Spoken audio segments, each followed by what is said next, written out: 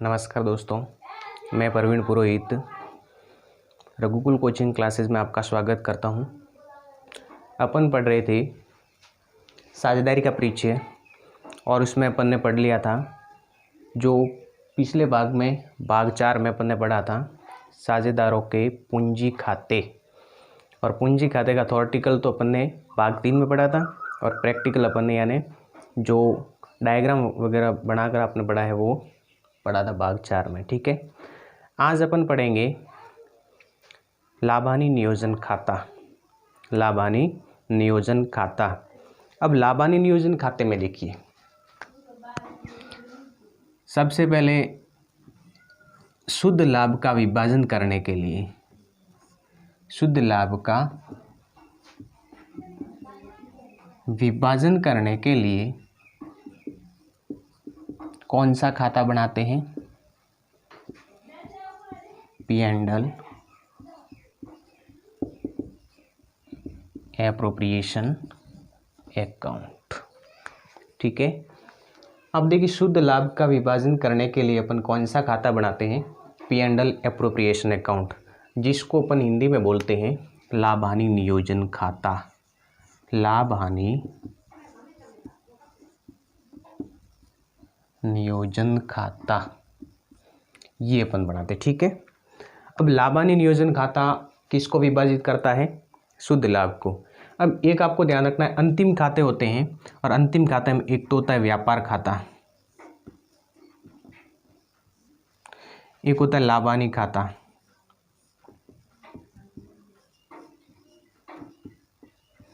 एक होता है बैलेंस शीट जिसको बोलते हैं वित्तीय विवरण,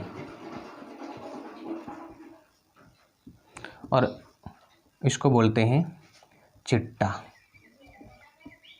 ठीक है, व्यापार खाते से अपन को प्राप्त होता है सकल लाभ। ये ध्यान रखना है, व्यापार खाते से क्या प्राप्त होता है? सकल लाभ, जिसको बोलते हैं ग्रॉस प्रॉफिट।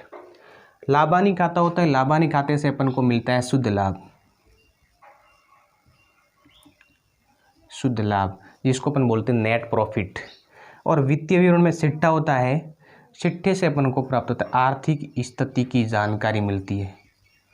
आर्थिक स्थिति की जानकारी, आर्थिक स्थिति के बारे में अपन को जानकारी मिलती है किससे? चिट्ठे से। तो ये थोड़ा सा ध्यान देना कि व्यापार खाते से अपन को क्या प्राप्त होता है? तो सकल लाभ।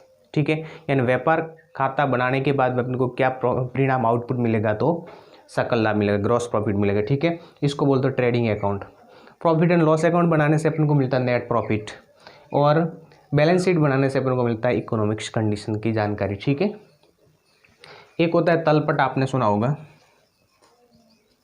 तलपट, और तलपट से अपन को जानकारी मिलती है गणितीय शुद्धता की जांच होती है। गणितीय शुद्धता की जांच होती है। ठीक है, ये थोड़ा सा अपन को ध्यान देना है। व्यापार खाते सकल लाभ, लाभ हानि खाते शुद्ध लाभ, और वित्तीय विवरण या चिट्ठा से अपन को आर्थिक स्थिति की जानकारी, तलपट से अपन को क्या जानकारी मिलती है? गणितीय शुद्धता की जांच। अब ये जो ऊपर वाले 3 हैं ना, इसको बोलते हैं अपन अंतिम खाते।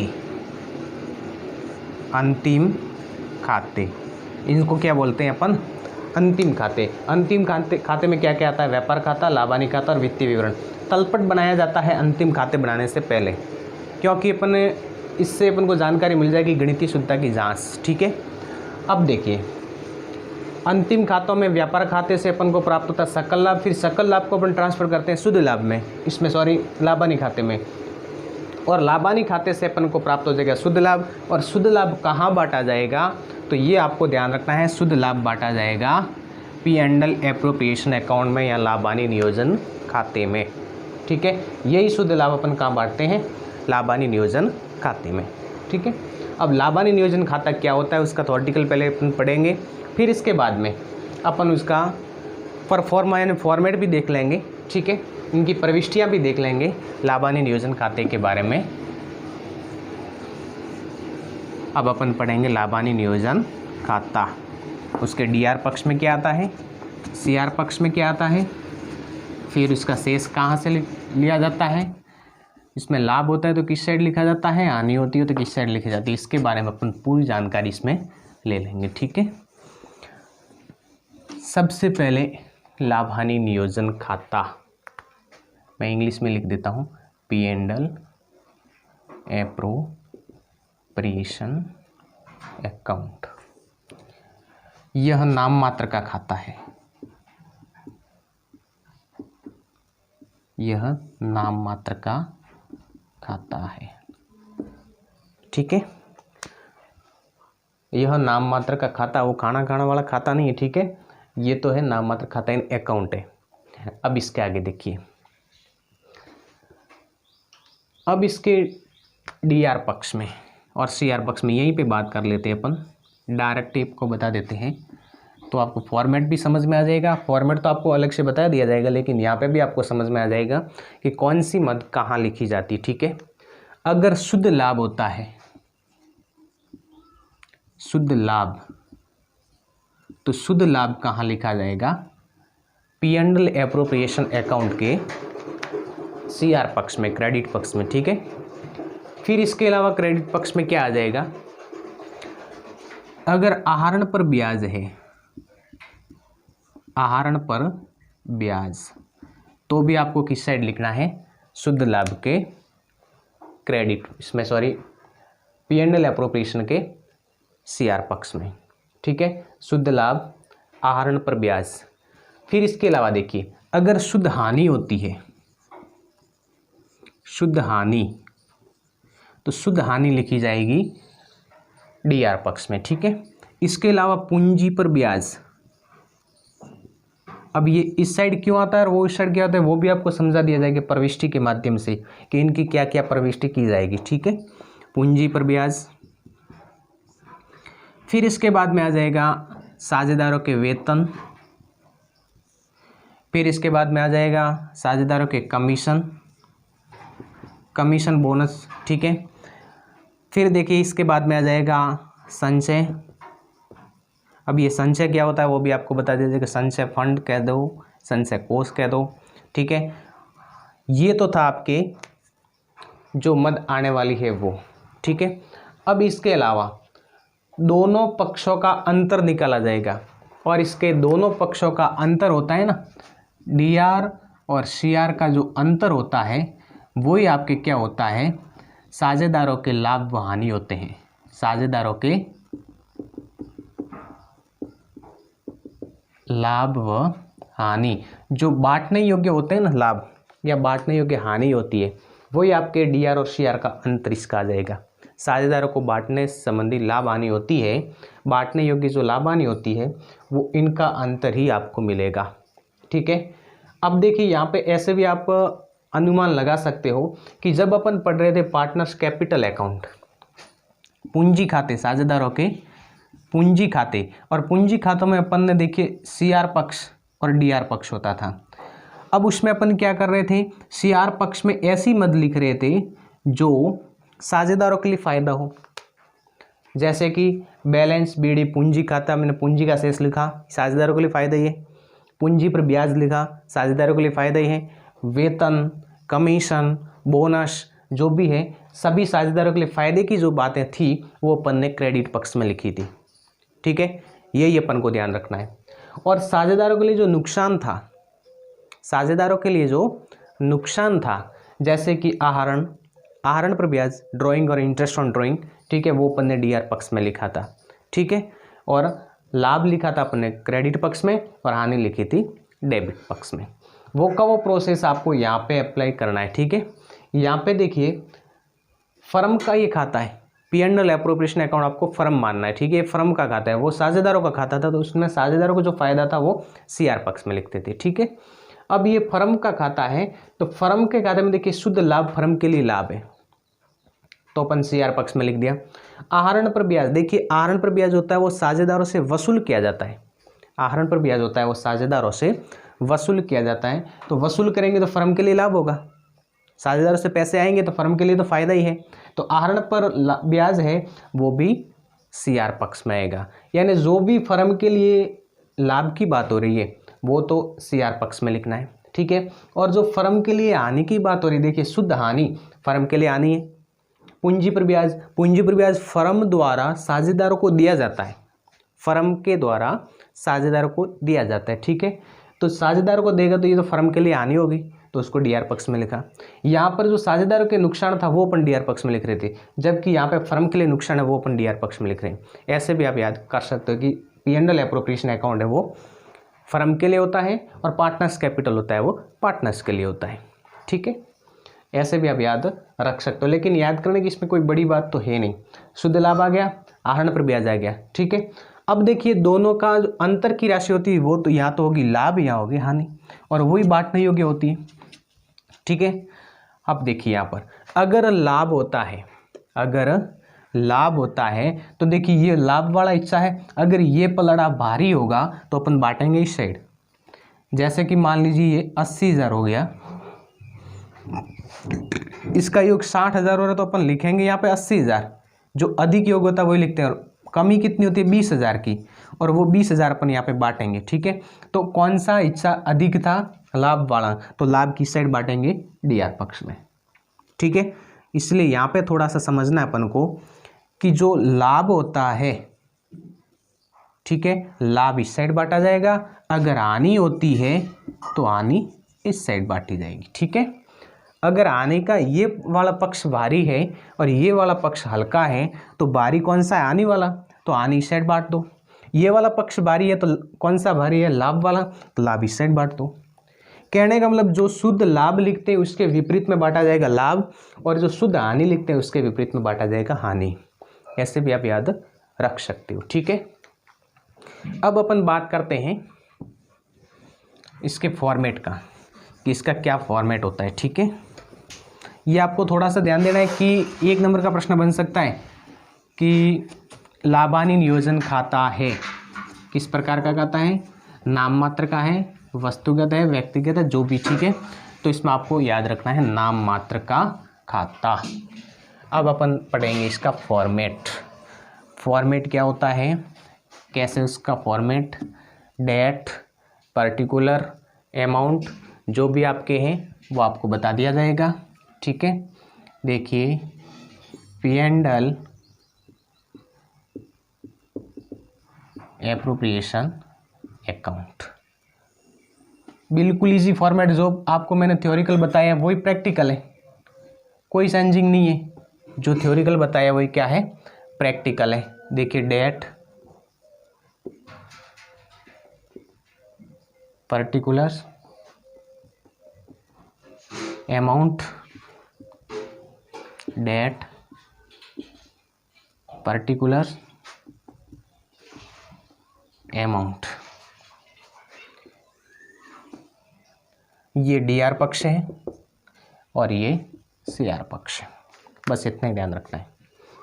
अब मैंने आपको बता दिया था कि शुद्ध लाभ की साइड आता है सीआर पक्ष में, ठीक है। थ्योरिकल में आपको बताया है और वही थ्योरिकल है, ये प्रैक्टिकल है। उसमें भी अगर थ्योरिकल आपने क्लियर कर दिया तो 50% प्रैक्टिकल आपके क्लियर है, सभी आपको प्रैक्टिकल समझ में आ जाएगा, ठीक है। अगर आपने थ्योरिकल तो ऐसे ही छोड़ दिया कि थ्योरिकल तो पढ़ने की आवश्यकता नहीं है, हार्ड तो प्रैक्टिकल होता है। अगर आपने थ्योरी नहीं पढ़ी है तो प्रैक्टिकल बहुत हार्ड हो जाएगा, बिल्कुल समझ में नहीं आएगा। इसलिए सबसे पहले तो यही ध्यान रखना है कि आपको पहले थ्योरिकल क्लियर करना है। थ्योरिकल में जितने भी रूल्स होते हैं प्रैक्टिकल वो सब थ्योरिकल में लिखे होते हैं। अगर थ्योरिकल क्लियर है तो प्रैक्टिकल ऑटोमेटिकली क्लियर हो जाएगा। अब आपको पढ़ाया आगे कि शुद्ध लाभ सीआर पक्ष में आता है तो प्रैक्टिकल में अपन को यहीं पे लिखना है, ठीक है। अगर अपने थ्योरिकल नहीं पढ़ा है तो अपन ये रटने की आवश्यकता पड़ेगी फिर, और रटोगे तो रटना असंभव है, यही ध्यान रखना है, ठीक है। तो थ्योरिकल पहले क्लियर होना चाहिए। अब देखिए यहाँ पर बाय P&L अकाउंट, ये जो शेष आता है शुद्ध लाभ का शेष कहाँ से आता है, P&L अकाउंट से। आपको आगे मैंने पढ़ा दिया है, आगे समझाया है कि व्यापार खाते से सकल लाभ मिलता है अपन को और लाभानी खाते से शुद्ध लाभ मिलता है। तो शुद्ध लाभ कहाँ से आएगा, नेट प्रॉफिट कहाँ से आएगा, P&L अकाउंट से, लाभानी खाते से, ठीक है। तो यहाँ पे आपके हैं नेट प्रॉफिट, ठीक है। नेट प्रॉफिट जो भी आएगा वो आपको यहाँ पे लिखना है, ठीक है। अब इसके बाद में देखिए दूसरी एक ही मद आती है bye interest on drawing, interest on drawing. अब जैसे कि दो पार्टनर से एक्स और वाई, तो एक्स और वाई का दोनों का यहाँ पे लिखना है, योग करना है, और फिर इसका योग आ जाएगा यहाँ पर, ये ध्यान रखना है। अगर दो पार्टनर से और दोनों का इंटरेस्ट ऑन ड्राइंग दिया हुआ, तो एक्स का इंटरेस्ट ऑन ड्राइंग यहाँ पे आ जाएगा और वाई का ब्याज यहाँ पर आ जाएगा, दोनों का योग कर दो, यहाँ पे योग लिख दो। ठीक है, ये तो था आपके सी आर पक्ष वाला। अब अपन बात कर रहे हैं डी आर पक्ष की। डी आर पक्ष में देखिए, to P and L account और आ जाएगा नेट लॉस। अगर आपके शुद्ध हानि हो रही है, शुद्ध लाभ होता है तो सी आर पक्ष में, शुद्ध हानि हो रही है तो आपको लिखना है डी आर पक्ष में, और यहाँ पर आ जाएगा। ठीक है, फिर इसके बाद में आपके आ जाएगा to interest on capital. Interest on capital जैसे कि दो पार्टनर से एक्स और वाई, तो दोनों का इंटरेस्ट ऑन कैपिटल यहाँ पर आ जाएगा और इसका योग यहाँ पर लिखना है अपन को। ठीक है, फिर इसके बाद में आ जाएगा टू सैलरी। सैलरी भी एक्स और वाई की अलग अलग है, तो इनका योग यहाँ पर आ जाएगा। ठीक है, फिर इसके बाद में अगर है तो लिखना है टू कमीशन, और कमीशन भी जो भी है एक्स और वाई का योग आपको यहाँ पर लिखना है। ठीक है, और इसके बाद में एक और मत आ जाएगी, टू रिजर्व अकाउंट, और वो भी ट्रांसफ़र करना पड़ता है। ठीक है, वो आ जाएगा यहाँ पर। ये सब करने के बाद में, अब रिजर्व आपको समझाना बाकी है, रिजर्व आपको समझा दूंगा मैं अभी। ठीक है, ये सब करने के बाद में देखिए, अब इसका योग और अंतर निकालना है। ठीक है, योग करने के बाद में अगर आपका लाभ वाला हिस्सा अधिक है तो लाभ बांटा जाएगा इस साइड, अगर आपके हानि वाला हिस्सा अधिक है तो हानि यहाँ पर बांटा जाएगा। ठीक है, तो देखिए, अगर आपके हानि हो रही है तो यहाँ पे लिखना है बाय पार्टनर्स कैपिटल या फिर करंट अकाउंट। ठीक है, जो आपको यहाँ पे क्या करना है, शेयर प्रॉफिट। ठीक है, और यहाँ पर अगर आपके हानि अधिक है तो आपको हानि बांटना है, सॉरी लाभ बांटना है, वो ये हानि है, इस साइड हानि बांटी जाएगी। ठीक है, और लाभ अगर हो रहा है तो यहाँ पर आ जाएगा टू पार्टनर्स कैपिटल या करंट अकाउंट, और यहाँ पर आ जाएगा शेयर प्रॉफिट। ठीक है, ये था आपके P and L appropriation account. Net profit, interest on drawing, दोनों फर्म के लिए फ़ायदा है, ये दोनों इस साइड लिख दो। नुकसान क्या है, नेट लॉस, फर्म के लिए नुकसान है। इंटरेस्ट ऑन कैपिटल, पूंजी पर ब्याज दे रहे हो तो ये भी फर्म के लिए नुकसान है, फर्म दे रहा है साझेदारों को। अगर फर्म सैलरी देता है साझेदारों को तो भी कमी हो रही है, कमीशन देता है तो भी कमी हो रही है, और रिजर्व में ट्रांसफ़र कर रहा है तो भी कमी हो रही है। ठीक है, और इसके बाद में यही आपके मद हैं, ये फिक्स है। इसके अलावा आपको क्या करना है, योग करके इसका अंतराल ज्ञात करना है। अंतराल आ जाएगा, या तो आपके नेट लॉस आ जाएगा या फिर नेट प्रॉफिट आ जाएगा। अगर नेट लॉस आता है तो सी आर पक्ष में बांटा जाएगा, नेट प्रॉफिट आता है तो डी आर पक्ष में बांटा जाएगा। और यहाँ पे थोड़ा सा ध्यान देना कि जो प्रॉफिट लिखा हुआ इसके विपरीत में प्रॉफिट बांटेंगे, और जो लॉस लिखा हुआ इसके विपरीत में लॉस बांटेंगे। ठीक है, अगर ऐसे याद नहीं रहे तो ऐसे याद रख लो। ये था आपके पी एंड एल एप्रोप्रिएशन का प्रॉफिट, सॉरी फॉर्मेट। अब आपको समझाना बाकी रहा है रिजर्व क्या है, संचय। ठीक है, संचय क्या है, ऐसे ऐसे कई शब्द है जो आपको अलग से क्लास ली जाएगी, लेकिन अभी आप समझ लो संचय, जिसको इंग्लिश में बोलते हैं रिजर्व। अब देखिए रिजर्व क्या होता है, लाभ का वह हिस्सा, लाभ का वह हिस्सा या लाभ में से अलग किया हुआ वह हिस्सा जो भविष्य में आकस्मिक घटनाओं से क्षतिपूर्ति के लिए लाभ का अलग क्या हुआ वह इच्छा जो भविष्य में आकस्मिक घटना जो घटित होती है उससे जो हानि होती है उसकी क्षतिपूर्ति के लिए जो अलग से इच्छा रखा जाता है उसको लाभ बोलते हैं।